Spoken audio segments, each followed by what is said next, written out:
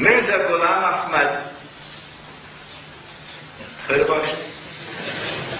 He said, I am the fulfillment of that prophecy about the return of the true Messiah. But he had a big problem. His problem is that the Messiah who is coming is the son of Mary, and he happened to be the son of a Punjabi woman.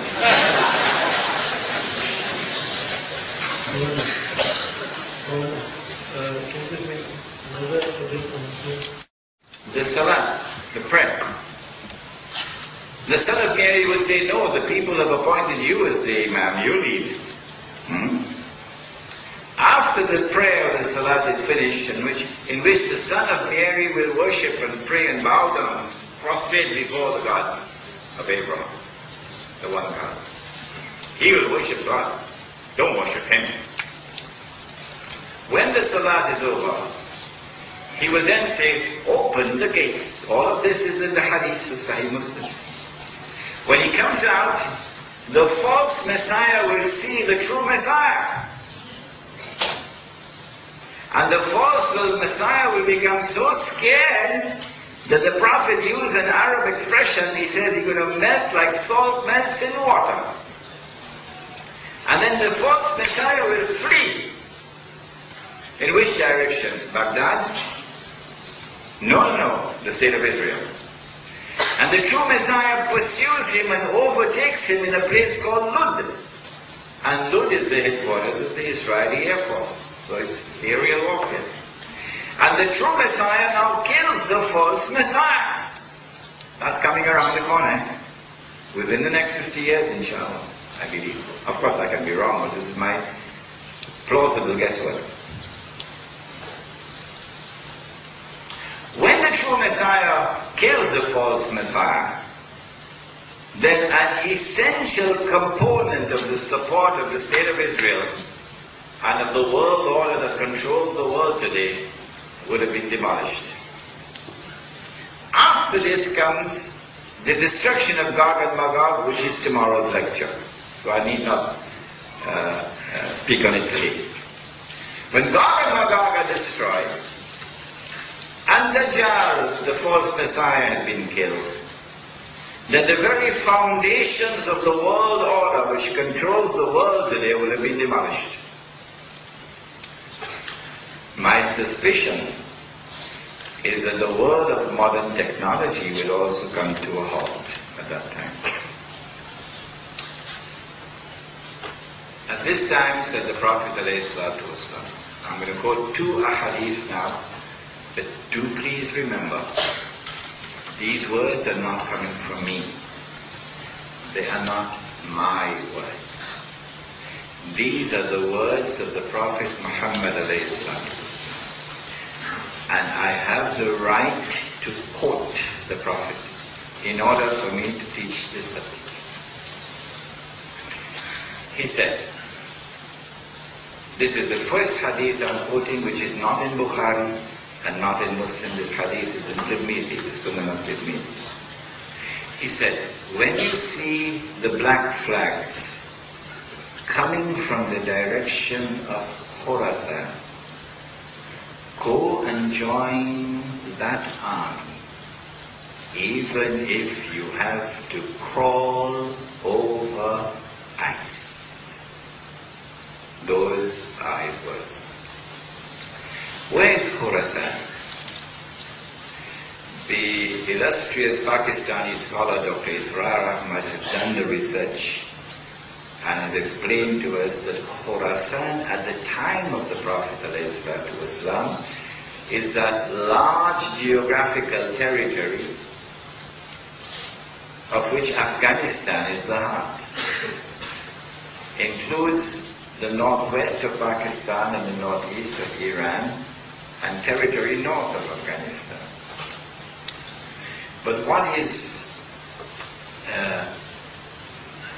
quite symbolically important about the heart of that territory is that Britain tried to colonize it, and Britain failed when Britain was the ruling state in the world.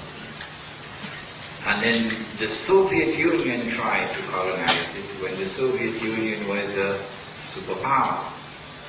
And the Soviet Union failed. And guess who is trying to colonize it now? When you see that army coming from Khorasan, go and join that army. Even if you have to crawl over ice. And so, Singapore, I have a gentle word of guidance to share with you.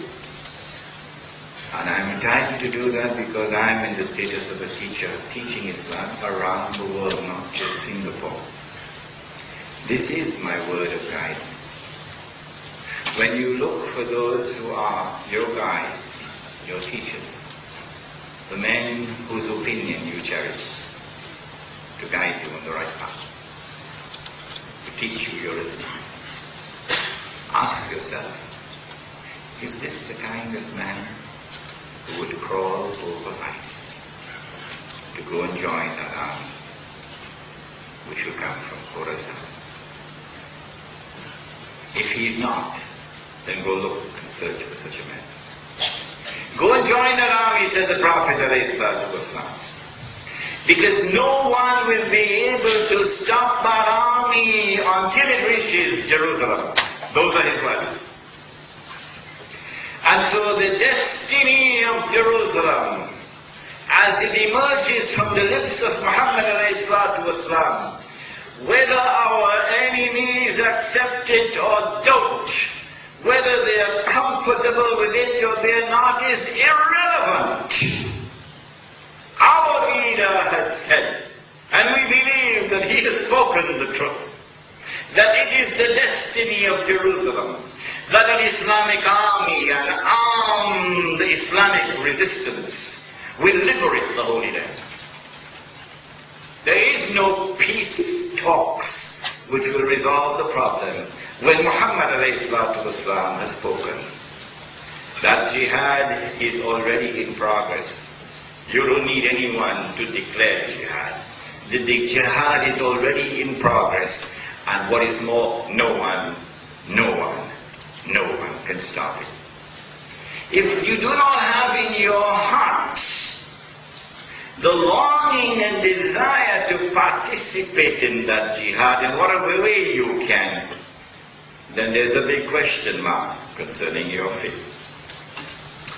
When that army comes from Jerusalem, from Khorasan, then the Prophet spoke, and this is the last hadith I'm going to be quoting, or maybe the second to last.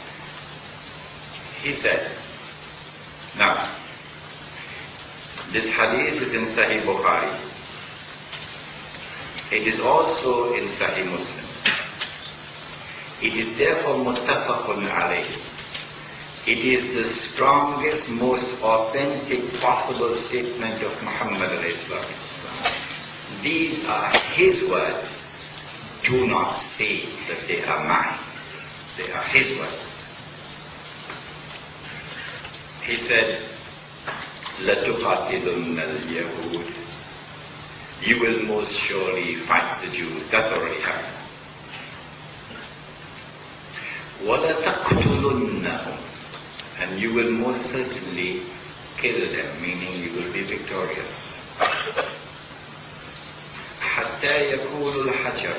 At that time, the stones will speak. Ya Muslim, O Muslim, هذا يهودي ورائي. There's a Jew hiding behind me. فَتَعَالَى فَقْتُلْ. So come and kill him. This will result in the liberation of the Holy Land and the destruction of the state of Israel. And then the Islamic state of Israel, the one of Dawood alayhi salam and Sulaiman alayhi salam, that will now replace it in the Holy Land. And so Islam will become the ruling state in the world. And the true Messiah will now rule the world from Jerusalem, with a rule which will be eternal.